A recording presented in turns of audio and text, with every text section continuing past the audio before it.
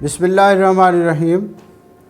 मैं हूँ रियाज भट्टी और आज हम बात करेंगे एक अहम मामले पर, और वो है ज़िमनी इलेक्शन। पाकिस्तान तहरीक इंसाफ के चेयरमैन इमरान ख़ान ने 6 हलकों से कामयाबी हासिल कर ली। मजमूई तौर पर उन्होंने कौमी असम्बली के 7 हलकों से इलेक्शन लड़ा और एक नशिस्त पर साबिक़ वज़ीर ख़ारजा शाह महमूद कुरैशी की साहिबजादी महर बानो कुरैशी ने हल्का NA 157 से कॉन्टेस्ट किया, लेकिन वो पीपल्स पार्टी के उम्मीदवार और साबिक़ वज़ीर आज़म यूसुफ़ रज़ा गिलानी के साहिबजादे अली मूसा गिलानी से शिकस्त खा गई।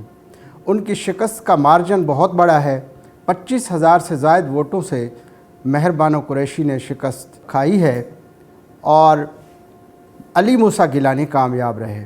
इसी तरह पाकिस्तान तहरीक इंसाफ के इन 8 हलकों में कराची से NA 237 में पीपल्स पार्टी के उम्मीदवार अब्दुल हकीम बलोच ने इमरान ख़ान को 10,000 से ज़ायद वोटों से शिकस्त दे दी और इमरान ख़ान के पार्टी ने अपनी ही सीटों में से 2 नशिस्तें खो दी।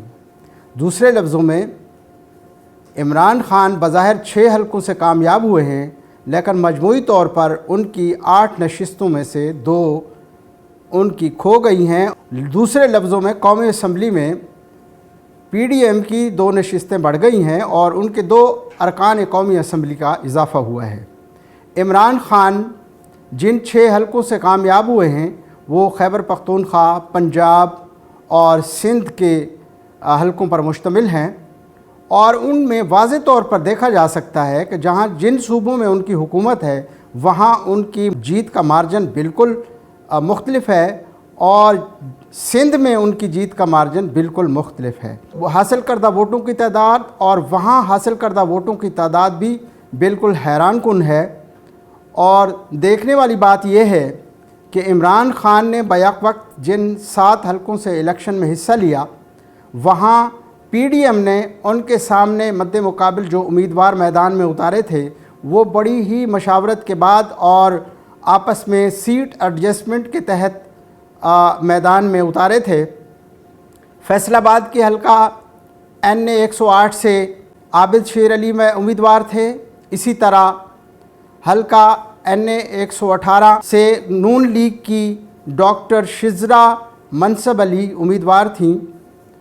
इसी तरह मुल्तान के हलका NA 157 से पाकिस्तान पीपल्स पार्टी के उम्मीदवार अली मूसा गिलानी थे। कराची के हलका 237 से पीपल्स पार्टी के उम्मीदवार अब्दुल हकीम बलोच थे, जबकि NA 239 MQM को दिया गया था और वहां MQM के उम्मीदवार नैयर अली मैदान में थे। 4 सद्दा से अवामी नेशनल पार्टी के अमल वली ख़ान इमरान ख़ान के मद्दे मुकाबिल थे और मर्दान से PDM के उम्मीदवार मौलाना मोहम्मद कासिम मैदान में थे।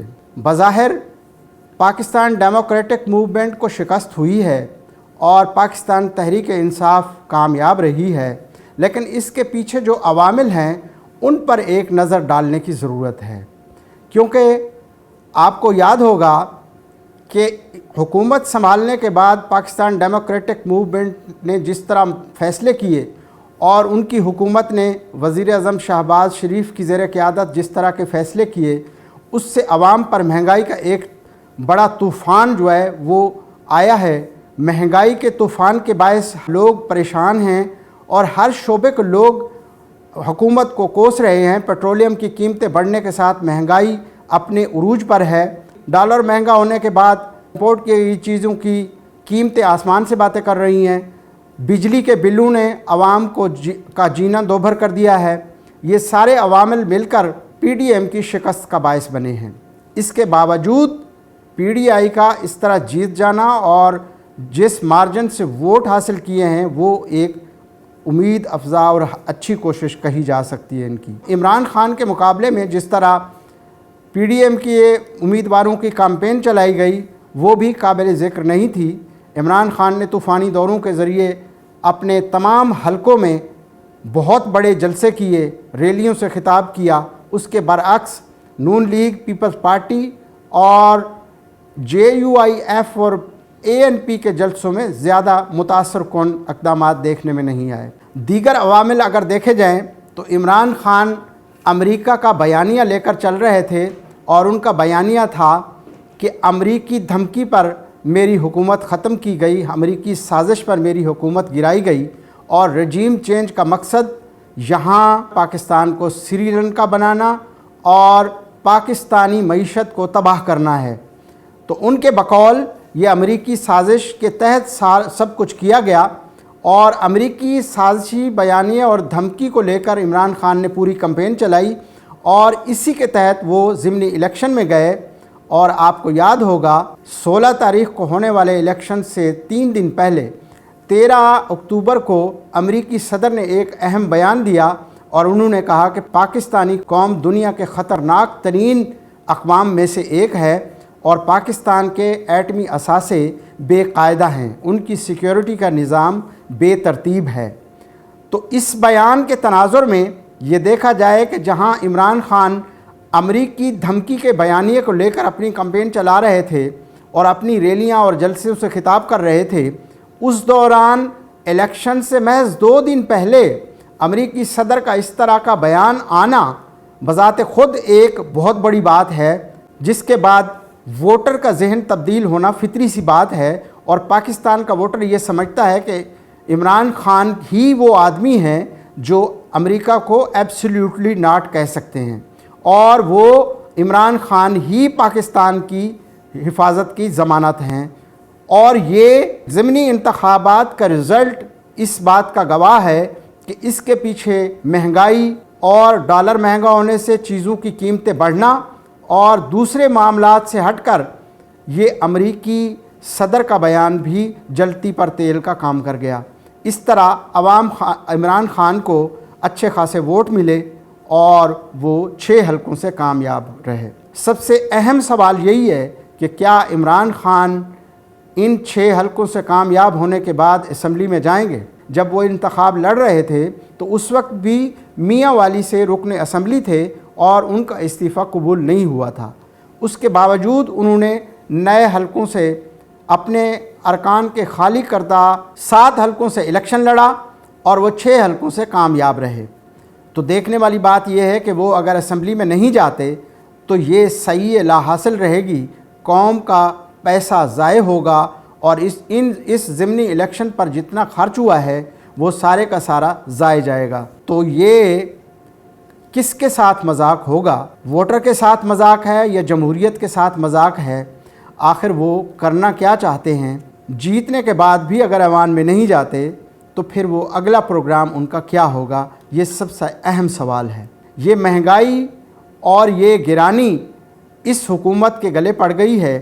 اگر یہی حال رہا تو آنے والے دنوں میں اگلے عام انتخابات میں PDM کو بڑے صدمے سے دوچار ہونا پڑ سکتا ہے، کیوں کہ عوام فوری ریلیف کے متقاضی ہیں۔ عوام کو مہنگائی سے فوری نجات چاہیے۔ اب اس ضمنی الیکشن اور اس سے پہلے ہونے والے ضمنی الیکشن کے نتائج سے یہ ثابت ہوتا ہے کہ یہ PDM کی جماعتیں محض مہنگائی اور گرانی سے اپنی ساکھ تباہ کرتی رہیں گی۔ دوسرے لفظوں میں ایسا تو نہیں ہے کہیں کہ اسٹیبلشمنٹ اپنی ہنگ پارلیمنٹ کی خواہش کو تکمیل کی طرف لے جا رہی ہو۔ ہنگ پارلیمنٹ کا انتظام کیا جا رہا ہے تاکہ آنے والے ٹینور میں سیاستدان ایک دوسرے کے پیچھے پڑے رہیں، ایک دوسرے کا گریبان پکڑتے رہیں، اور اسٹیبلشمنٹ اپنی پالیسیوں کو اور اپنی گرفت کو مضبوط سے مضبوط تر کرتی چلی جائے۔ آپ نے دیکھا ہوگا کہ جب بھی سویلین حکومت کو کلی اختیار ملا یا ان کو طاقت ملی، انہوں نے اسٹیبلشمنٹ کی خواہش کے برخلاف فیصلے کیے، جس سے ان کو سخت صدمہ پہنچا۔ آپ نے دیکھا ہوگا کہ نواز شریف کو تیسرے ٹینور میں جب بہت زیادہ پاور ملی تو انہوں نے اسی وقت ایوان میں 16 منٹ کے اندر ایک آئینی ترمیم پاس کروائی اور 58(2)B کا خاتمہ کر دیا۔ اسی طرح جب پاکستان پیپلز پارٹی کو اقتدار ملا 2008 میں اور ان کے ساتھ اتحادی جماعتیں شانہ بشانہ کھڑی تھیں، تو انہوں نے بھی पार्लियामेंट में अक्सरियत की बुनियाद पर 18वीं तरमीम मंजूर की, जिससे इस्टेब्लिशमेंट सख्त नाराज़ हुई। तो अब इस्टेब्लिशमेंट कभी ये नहीं चाहेगी कि किसी भी पार्टी को या किसी पार्टी के इत्तेहाद को कतई अक्सरियत दी जाए। हंग पार्लियामेंट उनके मफाद में है, उससे हंग पार्लियामेंट से ही उनके मकासद पूरे होते हैं, और ये रिज़ल्ट ये शो कर रहा है कि हंग आइंदा इलेक्शन भी शायद इस तरह के नताइज दे सके। अमेरिकी धमकी और इमरान खान की कैंपेन और सदर जो बाइडेन के बयान को सामने रखते हुए आप भी सोचिएगा कि मुल्क को किस तरह बचाना है, और हम भी सोचते हैं। अल्लाह हाफ़िज़।